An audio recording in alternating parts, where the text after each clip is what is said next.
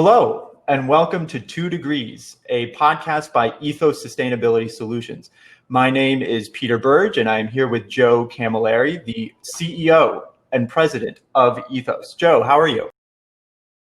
I'm great, Peter. How are you? Fantastic. I'm so glad to be with you, to be talking on this podcast. So the point of this podcast is to talk about sustainability solutions.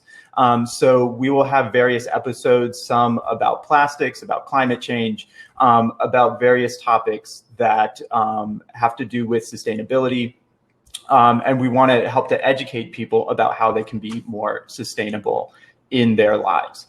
I will be honest, I have zero background in sustainability. I am a history teacher. I know nothing about science or sustainability. I would put my level of knowledge at like a 3, maybe, just very basic knowledge. Joe, would you say you're a 10?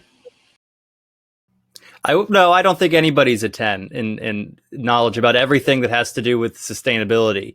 And we'll talk about why that is. But, I think that's important that this is the way it is, that I'm talking to somebody who isn't necessarily an expert or an activist in sustainability. I think a lot of times we get into our little groups and people who are passionate about sustainability may not even find this show all that interesting because they'll probably know a lot of the things we're talking about already. So, my hope, and as you said, is that we can spread a little knowledge, let people know what's going on in the world in terms of climate change, what we're doing on the flip side of the coin, which is sustainability to make the world a better place, and what we're doing at Ethos to contribute to that. So I'm just looking forward to educating some people and maybe entertaining some people a little bit too, and definitely having a nice conversation as well.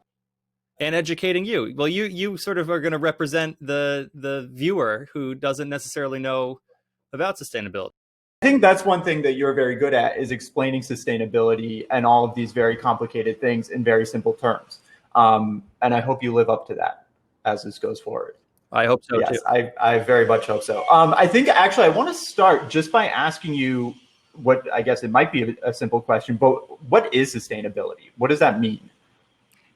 So it's not a simple question, and I appreciate you asking it. And I think it confuses a lot of people, right? So I think most people understand that it has something to do with environmentalism in some way and climate change or fighting climate change, but it is a lot more complicated than that. So I think that's a great place to start.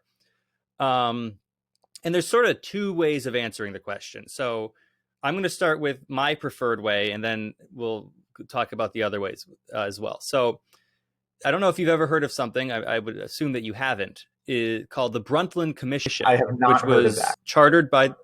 Yeah, so most people haven't, but it's very interesting and sort of is a bedrock foundational element of sustainability. So it was part of the UN, and it was chartered in 1983, sort of as a response to a lot of the environmental degradation that was going on, particularly in developing countries or developing parts of the world.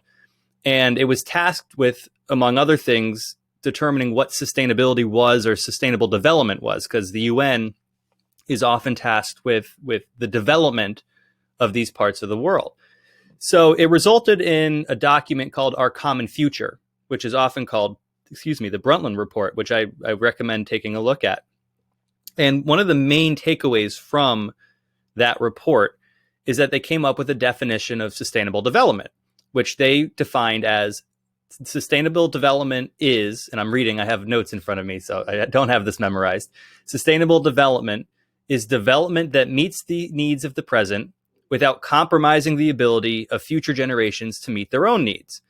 And that was unique for the time, because what it really did was it brought humanity into the equation as a victim of climate change, sort of an interconnected problem. I think a lot of people think of climate change and they say, oh, well, it's too bad for the birds and the penguins and the polar bears. But in reality, it affects people too, through something that the document referred to quite frequently, intergenerational equity, meaning one generation doesn't have a greater right to, live a certain way than another generation does. So the commission this has been going on for almost 40 years now. Oh yeah, it's in fact, this was not even the start of it. It started earlier than this, and we could spend a whole episode talking about the history of environmentalism and sustainability, which, maybe we will at some point. But just for this sort of introduction, we're going to start around here because that was sort of what kicked things off. So what we've done, and a lot of people have done, is they've taken that definition of sustainable development, which is sort of a more macro, it's not even more macro, but it's more like applicable to like country, nation based. Yes, exactly. Absolutely. So rather than just looking at it as development, we say that sustainability is the willingness of one generation to meet the needs of the present without compromising the ability of future generations to meet their needs with the same or better quality of life. And people have often shortened that to the sort of catchier expression, enough for all forever. So that's the definition that we primarily use at Ethos. So enough for all forever. For all forever. Okay. I like that. Yeah. Now, how do you know, though, what enough is for the future? Like, how can we be sure that we are doing that for future generations? Well, that's great. So that gets into a point I was going to make later, but we can jump into that now.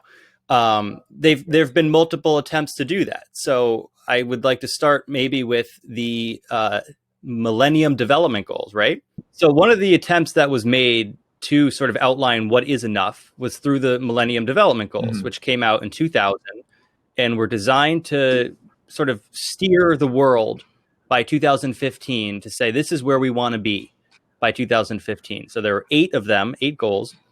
And you can see they include things like improving maternal health, reducing poverty, education. Yep. So it's 8 goals, and it's measured by 21 targets. So that means there were 21 specific areas or specific points you wanted to achieve. I don't know, you're a teacher. I'm not sure if you're in your line of teaching, if you do SMART goals. I know that's something that some of the sciences do, where they stand for, I think, specific, time-based is the T. I don't remember what all of what the acronym stands for, but essentially it's a very specific goal, quantitative, that you want to reach by a certain period of time. So there were 21 of those targets. And the results, because it's now 5 years after they expired, were mixed at best. Okay. Some countries did a pretty good job. Some of them didn't achieve any of them. Right. So how did countries, like the countries that did well, how did they make sure that they did well? What kinds of things did they, like, was it just public programs and government funded initiatives? I think it varied from country to country, which was in part why it was such a sort of mixed bag of results. It's easy to agree to something. It's hard to put it into action. Right. So I think depending on, and there's also all sorts of global events that happened between 2000 and 2015, wars and natural disasters and things that could set countries back. So there's a variety of reasons why some countries have done well and some haven't. But I think a contributing factor is that it wasn't very specific in terms of what you had to achieve. These indicators measure your progress towards a target. There were only 21 of them, right? So I think the UN realized that this wasn't really a success in outlining what was enough for people. So in 2015, they pivoted and they came up with the Sustainable Development Goals, which is part of the 2030 agenda. So this was what we want to achieve between 2000 and 2015.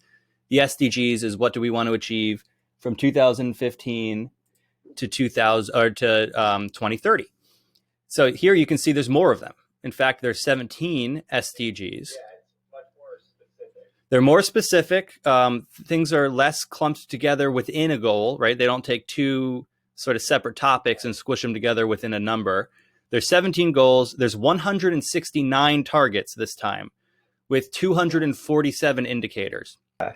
So it's much more ambitious. So it's more than 21. And it's much more... Well, yes, way more than 21. Yeah. And all of these areas are interconnected, though, which is why anyone who's familiar with the Ethos product line, particularly our enterprise products, are all built around the Sustainable Development Goals. And these were written for countries, right? Large areas, geographical areas, political agendas over the next 15 years. But the UN stresses that it's not just governmental involvement that's going to get us there.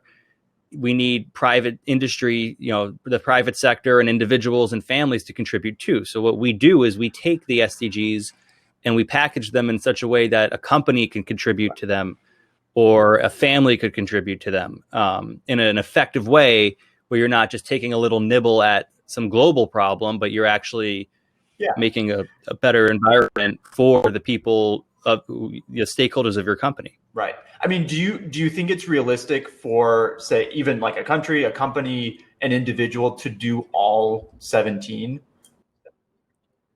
Well, that's a great question, and it's one we grappled with for several years while we were developing our products. The answer is yes and no. You can't get rid of any of the goals and say these are absolutely irrelevant to me, because A, they're not irrelevant. They may be less relevant than others, but they're not irrelevant. And B, all of them are interconnected. So if you were to just say, this one doesn't affect my company or my family, well, you may inadvertently, by trying to improve, say, goal 12, you may cause problems for a different goal.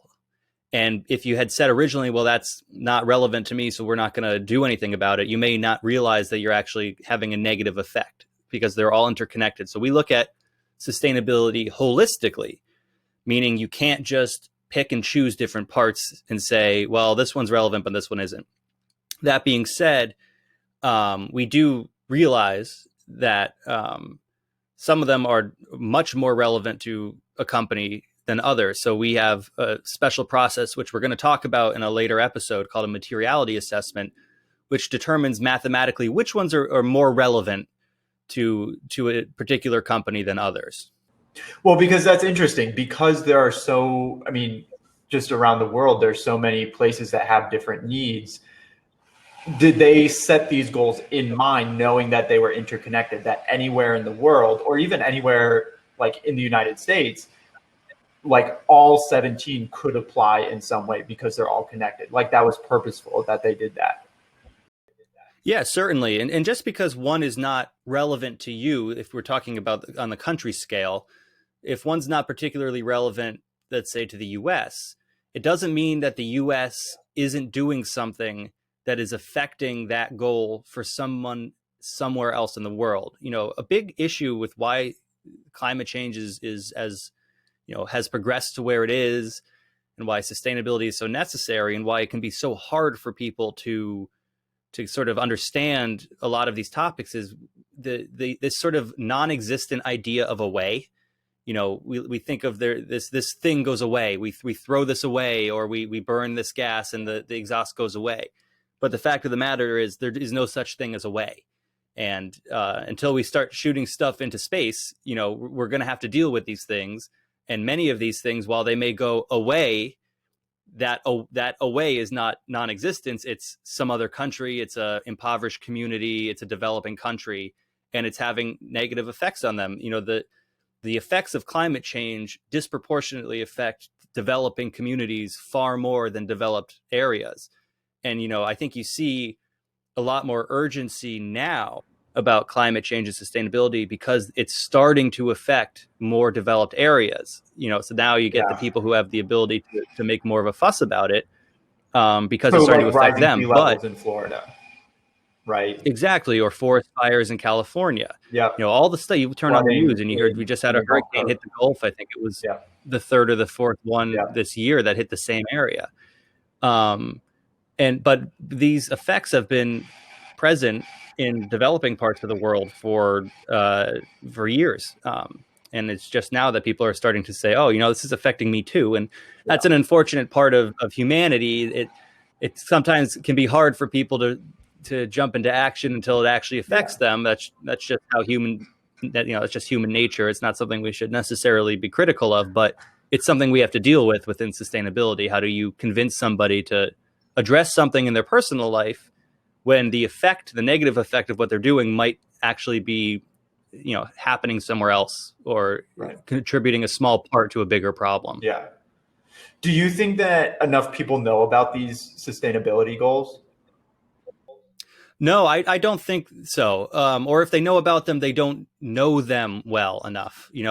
they may know they exist, but they don't know how, what is contained within them and what they can do to help. And that's, again, something that we do. Yeah, if I'm being honest, like I've seen this before, I've seen this chart. I probably couldn't name one off the top of my head if I wasn't reading it. Well, I'll tell you what, I work with a researcher who I think we're going to have on the show at some point, who has them all memorized because he did a lot of research on them and he's continuing to do research on them. I also did several years of research on them. I couldn't name them all. And I know 13 is climate change. I know 1 and 2 are no poverty and no hunger.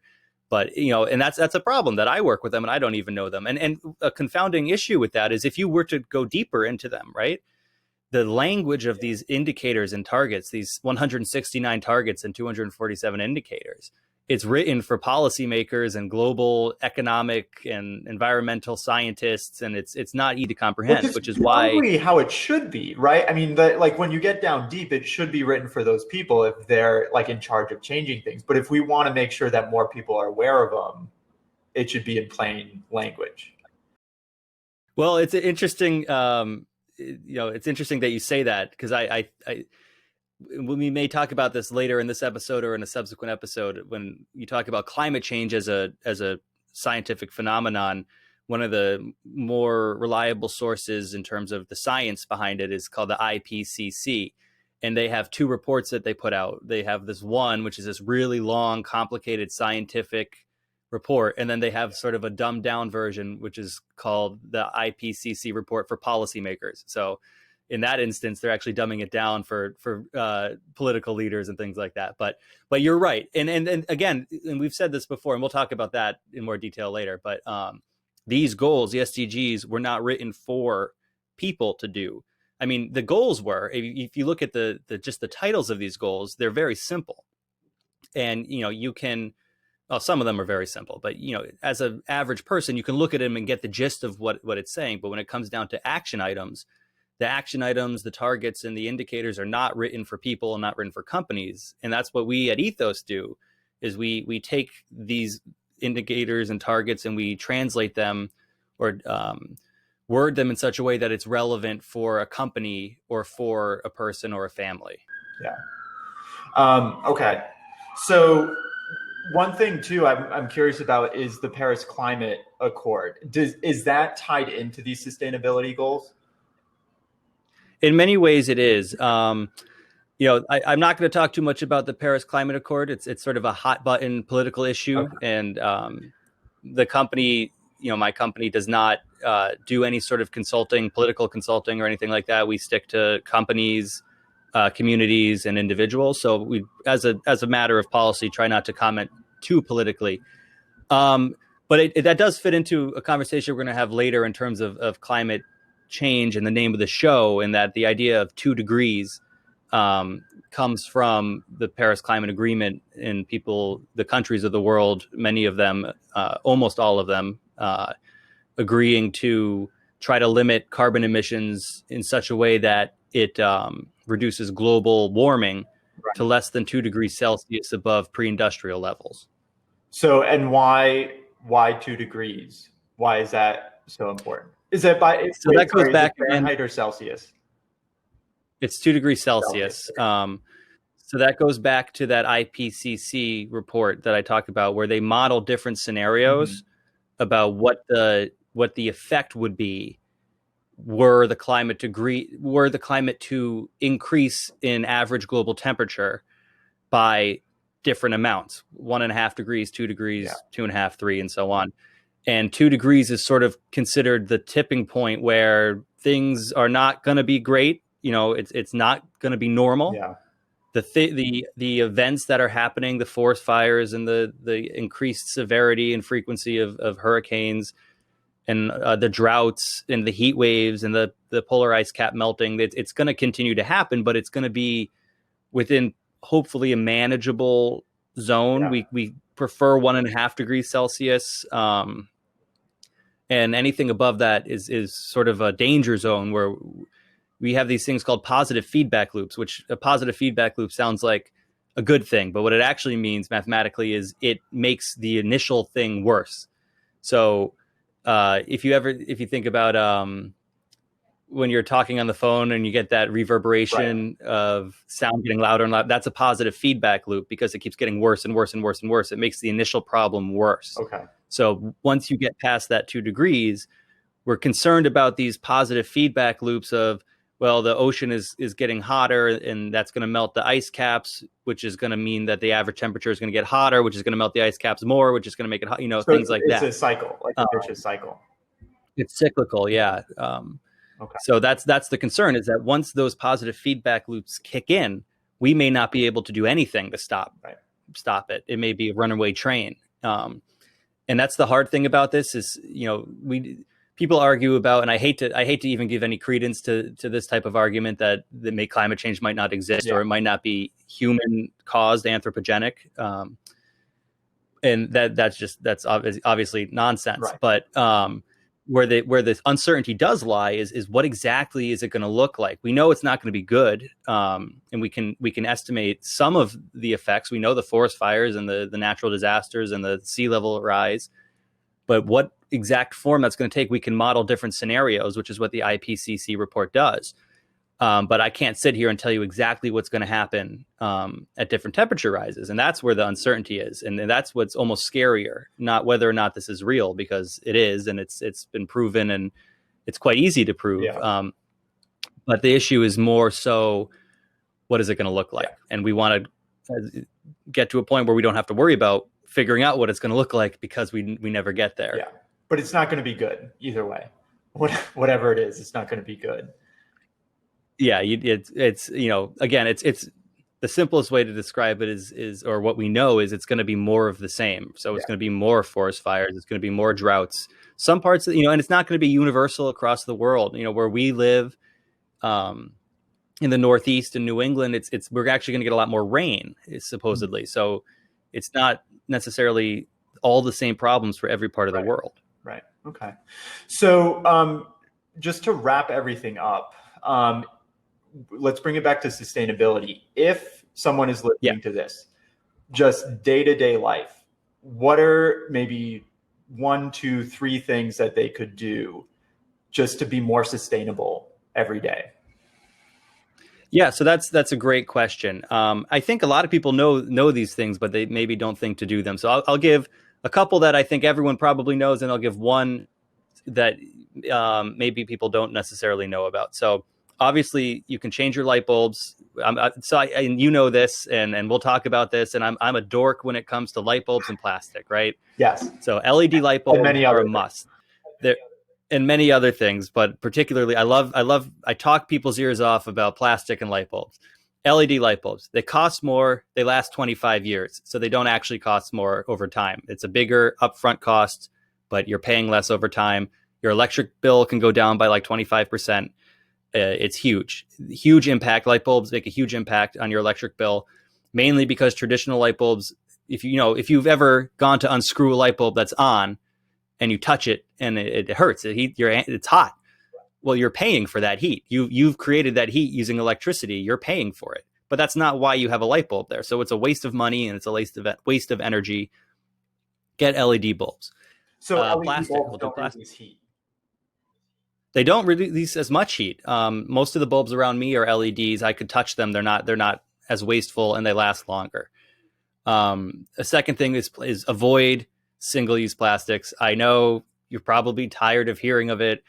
I am a sustainability person, I can tell you I hate paper straws, and I often forget my reusable bags when I go to the grocery store. But it's really important that you avoid single-use plastics as much as possible. There's recycling issues, and we're going to talk about this in a different show for this country.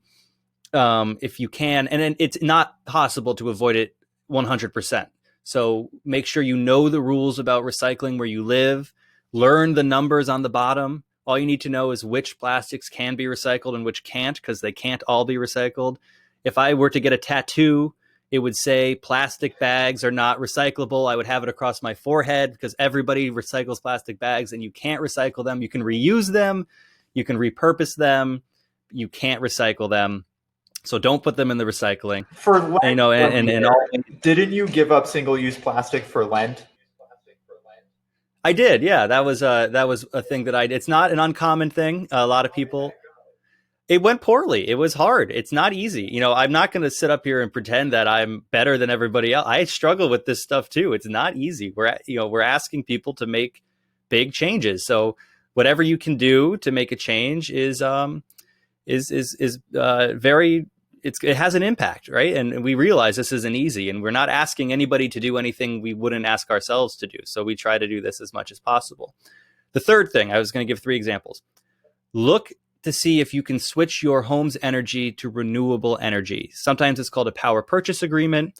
Sometimes it has different names. Different states have different rules. I know we're from Connecticut. I lived in Pennsylvania and Philadelphia the last 6 years. They have this as well. You can switch the source of your house's electricity without doing anything other than going online and clicking on a button on your electric company's website. So my house is powered by 100% wind power. And we can talk about the science behind how that is, how that works in a different episode. But what the thing to know about it is it's usually a 1-year contract, and you can see what the prices are compared to your current electric bill. So you can pick ones that are varying levels of renewables. Mine's 100%.